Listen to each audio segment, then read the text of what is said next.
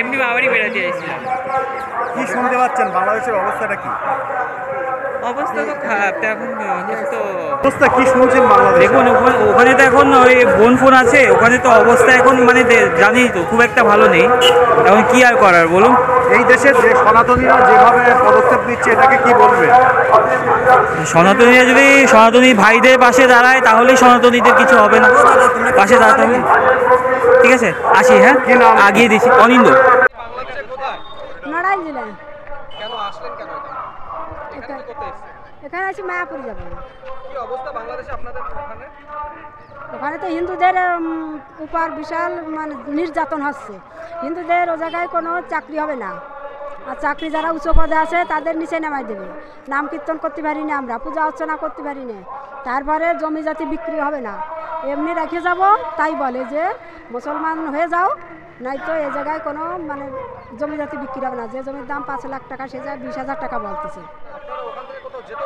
না না না, আসতেও দেবে না, আসতে দেবে না। ওই জায়গায় আমরা ধুকে ধুকে মরবো, হিন্দুদের ধুকে ধুকে এখানে মরতে হবে। আর তারপরে কি করবে যে পুরো হিন্দু ত্যাগ করে মুসলিম হতে হবে।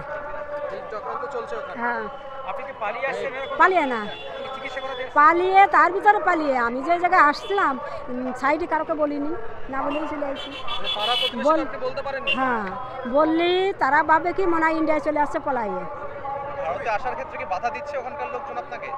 বাধা আমার দেয়নি, বাধা দেয়নি, কিন্তু বলাবলি করে ওই শালার হিন্দুরা চলে যাচ্ছে, হিন্দুরা পলায় পলায় চলে যাচ্ছে, হ্যাঁ এই সমস্ত বলাবলি করে। জমি বাড়ি বিক্রি করতে দেবে না। তারা বলে কি যে ওরে শালার হিন্দুরা তো ফেলে থুয়ে চলে যাবে না, তা আমরা জমি কিনবো কেন, এমনি পাবানি, এই সমস্ত বলে। নড়াইল। এই পরিস্থিতিটা, যে পরিস্থিতির কথা বলছেন, যথেষ্ট ভয়াবহ, উদ্বেগজনক। এটা কখন থেকে শুরু হলো? এই অবস্থানটা কবে থেকে শুরু হলো? হাসিনা চলে আসার পর তো শুরু হয়ে গেছে। ওই টাইমে তো ভাঙচুর, ঘর দুয়ার সব করেছে। গরু বাছুর চুরি করে নিয়েছে, লেপকেতে আগুন ধরা দিয়েছে, ধানে আগুন ধরা দিয়েছে, হাঁস মুরগি চুরি করে নিয়ে গেছে। তারপরে ওইভাবে চলার তালে আছে সব জায়গায়।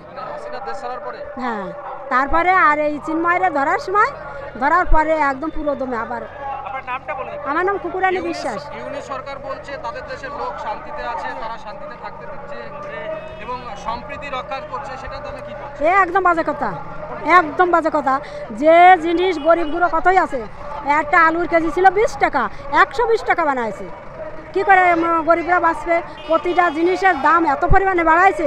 আওয়ামী লীগ যত সময় ক্ষমতায় ছিল সেই সময় মুসলমানরা বিচ্ছির গালাগালি দিয়েছে হাসিনাকে, আওয়ামী লীগকে দিয়ে ঠিয়া, তবু সে খুব ভালো করেছিল। কিন্তু এই তারপরে চলে আসার পরে ইউনূস সমস্ত তার দাম বাড়ায় দিয়েছে।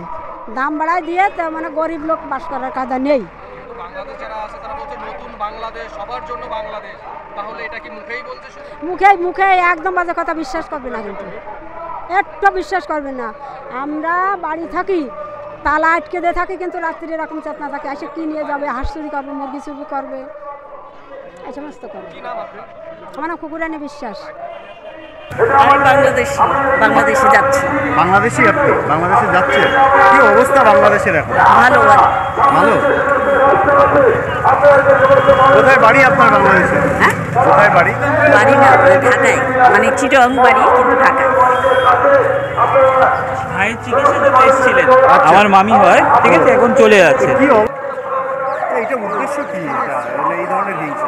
এটা বলতে পারবো না। বাংলাদেশে কি হচ্ছে সেটা বলো তুমি। বাংলাদেশের বাড়ি কোথায়? খুলনা। খুলনা। কি নাম আপনার? জয়। জয় কি? স্বর্ণকার। জয় স্বর্ণকার। ওখানে আপনাদের অবস্থাটা কি? মানে আমরা যে জায়গায় আছি ভালো আছি, ভালো। খুলনাতে আমরা ভালো আছি, অসুবিধা নেই। এখানে কি কাজে এসেছিল? এখানে বাবারই বেড়াতে চাইছিলাম, বিশাল মেয়াদ শেষ, চলে যাচ্ছে।